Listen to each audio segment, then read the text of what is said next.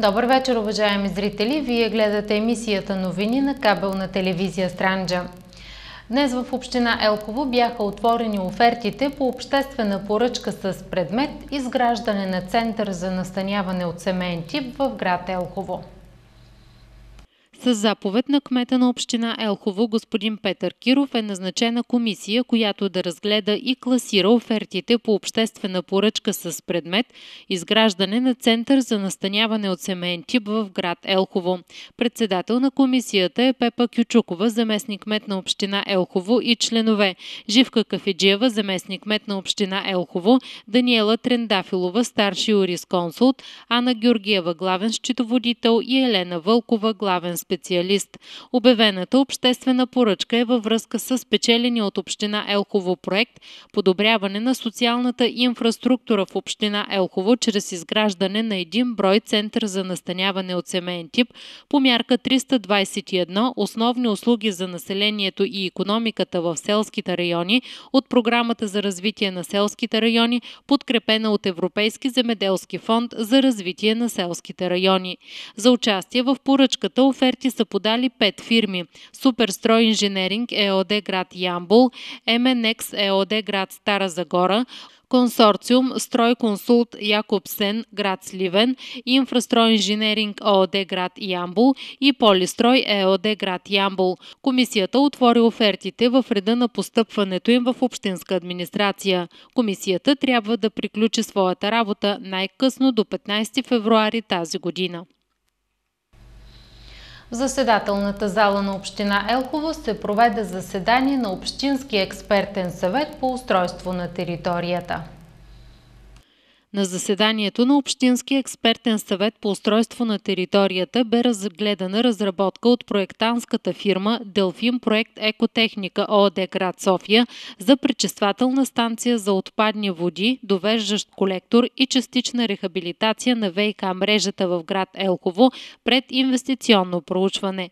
Представител на екипа от проектантската фирма представи няколко варианта за площадка за изграждане на пречиствателната станция. Първият вариант е площадка с площ близо 22 декара, вторият вариант е терен с площ 20 декара и третия вариант е площадка в парцел от 52 декара. Представени бяха и цените за всяка отделна площадка. Експертният съвет по устройство на територията се спря на първия вариант, тъй като тази площадка е най-близо до всички клонове на ВиК мрежата, които ще бъдат свързани в пречиствателната станция, а и този вариант е с най-ниска цена. При този вариант площадката на пречиствателната станция ще бъде разположена в имот общинска собственост в близост до бившите краварници край река Тунджа в град Елхово. На заседанието на Общинския експертен съвет по устройство на територията днес бяха разгледани още проект за изменение на подробен устройствен план на поземлен имот по кадастралната карта на град Елхово и водопроводно отклонение за овцеферма Стопански двор в село Кирилово. От отдел местни данъци и такси община Елхово напомня, че лицата, осъществяващи патентна дейност за 2013 година, подават декларация по Закона за местните данъци и такси и плащат първа вноска в община Елхово в срок до 31 януари. Лицата, осъществяващи патентна дейност за 2013 година, които предплатят данъка за цялата година в срок до 31 януари 2013 година, получават 5% отстъпка. Срокът за внасяне на втора вноска е до 30 април, а трета до 31 юли и на четвърта до 31 октомври. Данъкът върху недвижимите имоти и такса битови отпадъци се плащат на две равни вноски в срок от 1 март до 30 юни и до 30 октомври 2013 година. Предплатилите до 30 април за цялата година получават 5% отстъпка. Данъкът върху превозните средства също се заплаща на две равни вноски от 1 март до 30 юни и до 30 октомври. На предплатилите от 1 март до 30 април за цялата година също се прави 5% отстъпка. Лицата, предлагащи нощувки, подават декларация по образец до 30 януари януари за всяка година за облагане с туристически данък за предходната календарна година, съгласно член 61 от Закона за местните данъци и такси. Такса куче се заплаща ежегодно до 31 март. Плащането на данък върху недвижимите имоти, такса битови отпадъци и данък върху превозните средства за 2013 година ще започне от 1 март. През 2013 година няма промяна в размерите на данъците и таксите, събирани от отдел местни данъци и такси по Закона за местните данъци и такси. Основно училище Свети Кирил и Методий, град Елхово, приключи работата си като партньор по проект с професионализъм и доверие на Сдружение Център за обществени подкрепи и социални инициативи, град Ямбол. Партньори по проекта на Център за образователни програми и социални инициативи, град Ямбол, бяха 3 основни училища от Ямболска област, сред които и основно училище Свети Кирил и Методий, град Елхово. По проекта в учебното заведение в град Елхово се създадоха 3 интерактивни ателиета с по 12 ученици, работа с глина, музика и рисуване. За децата се организираха и проведоха 3 еднодневни екскурзии до Котел, Казълнък и Велико Търново и 3 излета до близки местности Кабиле, Света Троица и Бакаджика.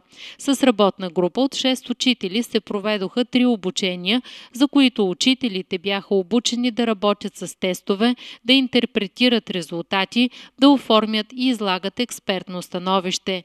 8 учители, преподаващи на деца със специални образователни потребности, се включиха в цикъл от 4 семинара. С родителите на деца със специални образователни потребности се проведоха 4 еднодневни семинара.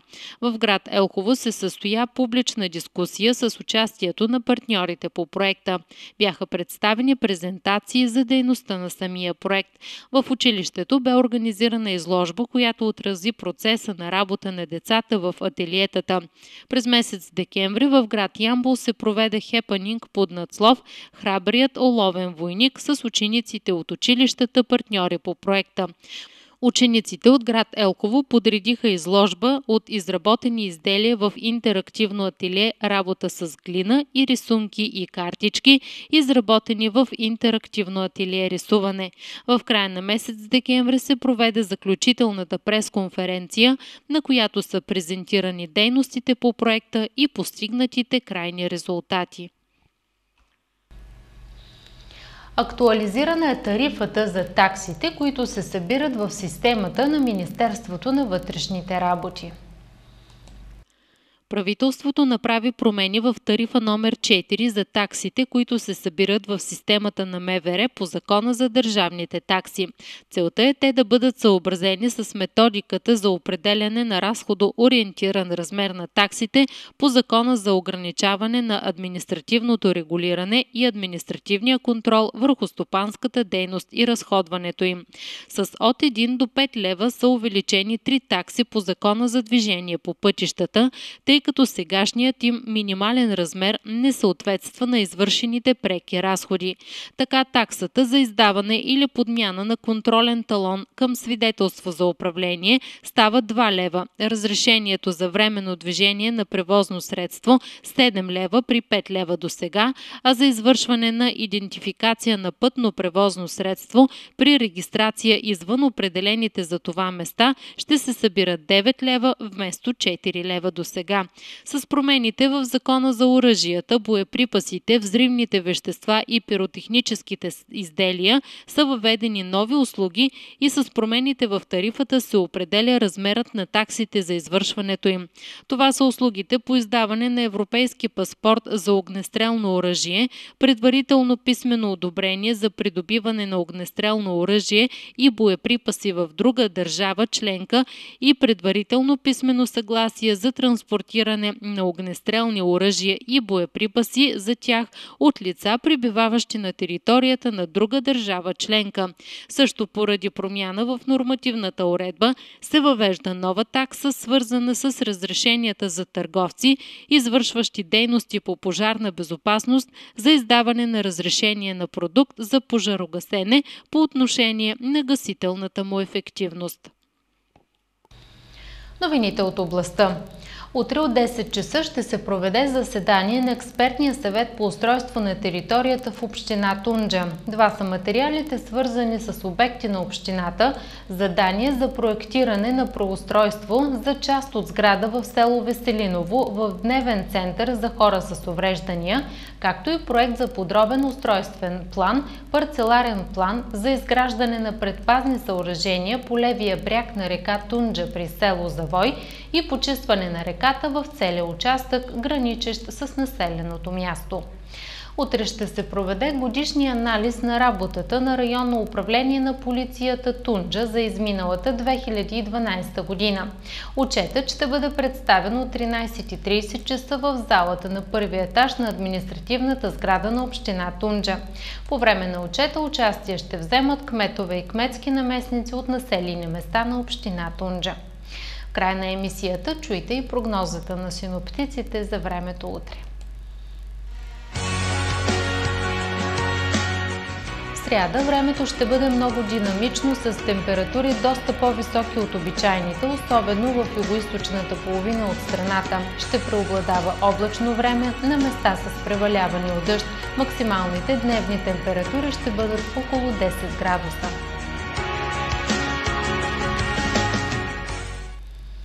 С това се разделяме за днес, уважаеми зрители. Приятна и спокойна вечер!